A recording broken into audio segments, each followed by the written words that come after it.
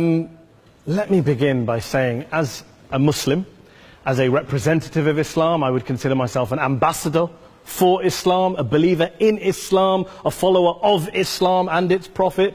So, in that capacity, let me begin by apologizing to Anne-Marie for the Bali bombings. I apologize for the role of my religion and me and my people, for the killing of Theo van Gogh, for 7/7.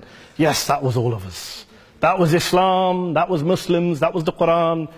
I mean, astonishing claims to make in the very first speech on a day like today, where the Conservative Prime Minister of the United Kingdom is having to come out and point out that these kind of views are anathema.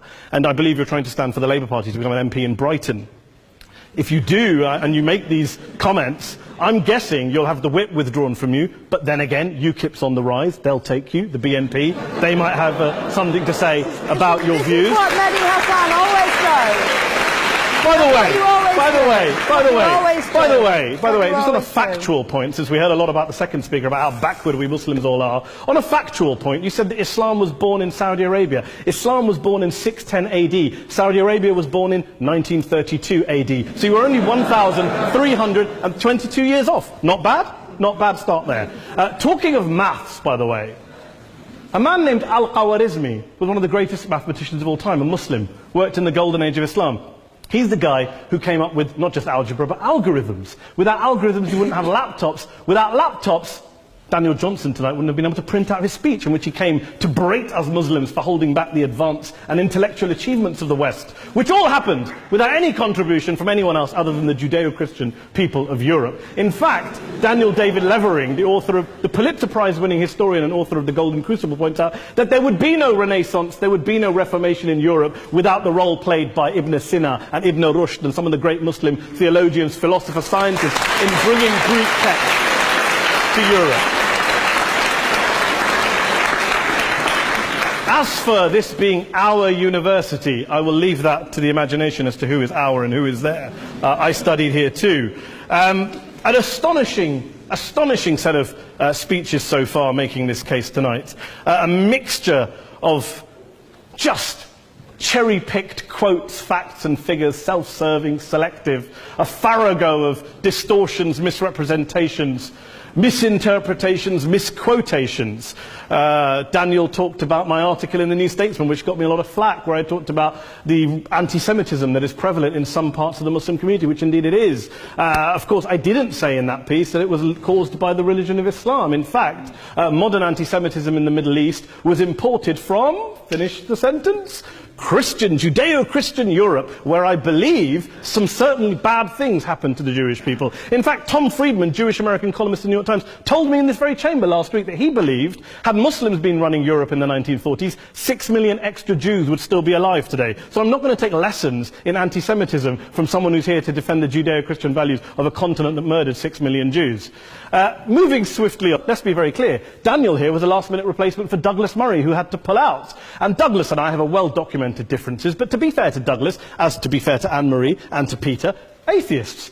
Atheists see all religions as evil, violent, threatening. What the problem I have with Daniel's speech is that Daniel comes here to write this robust defense of Christianity, forgetting that his fellow Christians, people who said they were acting in the name of Jesus, gave us the Crusades, the Spanish Inquisition, the anti-Jewish pogroms, European colonialism in Africa and Asia, the Lord's Resistance Army in Uganda, not to mention countless arson and bomb attacks on abortion clinics in the United States of America to this very day. I would like a little bit of humility from Daniel first before he begins lecturing other communities and other faiths on violence, terror and intolerance.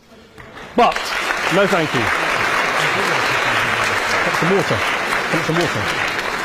But I would say this, to address the gentleman's very valid point here, I'm not going to play that game. I don't actually believe that Christianity is a religion of violence and hate because of what the LRA does in Uganda or what Crusaders did to Jews and Muslims in Jerusalem when they took back the city in the 12th or 13th or whatever century it was. I believe that Christianity, like Islam, like pretty much every mainstream religion, is based on love and compassion and faith. I do follow a religion in which 113 out of the 114 chapters of the Quran begins by introducing the God of Islam as a God of mercy and compassion. I would not have it any other way. I don't follow a religion which introduces my God to me as a God of war, as some kind of Greek God of wrath, as a God of hate and injustice. Not at all. As Adam pointed out, you go through the Quran and you see the mercy and the love and the justice. And yes, you have verses that refer to warfare and violence. Of course it does. This is not a motion about pacifism. I'm not here to argue that Islam is a pacifistic faith. It is not. Islam allows military action, violence in certain limited contexts. And yes, a minority of Muslims do take it out of that context. But is it religious? We talked about Woolwich. Daniel and Anne-Marie have suggested that it's definitely religion that's behind all of this. Well, actually, what I find so amusing tonight is we're having a debate about Islam, and the opposition tonight have come forward. We have a graduate in law, a graduate in modern history, a graduate in chemistry, and you know, I admire all of their intellects and their abilities, but we don't have anyone who's actually an expert on Islam, a scholar of Islam, a historian of Islam, a speaker of Arabic, even a terrorism expert or a security expert or a pollster, let alone to talk about what Muslims believe or think. Instead, we have people coming here, putting forward these views, putting forward these sweeping opinions. Listen to Professor Robert Pape of the University of Chicago, one of America's leading terrorism experts, who, unlike our esteemed opposition tonight, studied every single case of suicide terrorism between 1980 and 2005, 315 cases in total. And he concluded, and I quote, "There is little connection between suicide terrorism and Islamic fundamentalism or any of the world's religions. Rather, what nearly all suicide terrorist attacks have in common is a specific secular and strategic goal to compel modern democracies to withdraw military forces from territory that the terrorists consider to be their homeland." And the irony is, when we talk about terrorism, the irony is that the opposition and the Muslim terrorists, the Al-Qaeda types, actually have one thing in common. Because they both believe that Islam is a warlike, violent religion. They both agree on that. They have everything in common. Osama bin Laden would be nodding along to everything he's heard tonight from the opposition side. He agrees with them. The problem is that mainstream Muslims don't. The majority of Muslims around the world don't.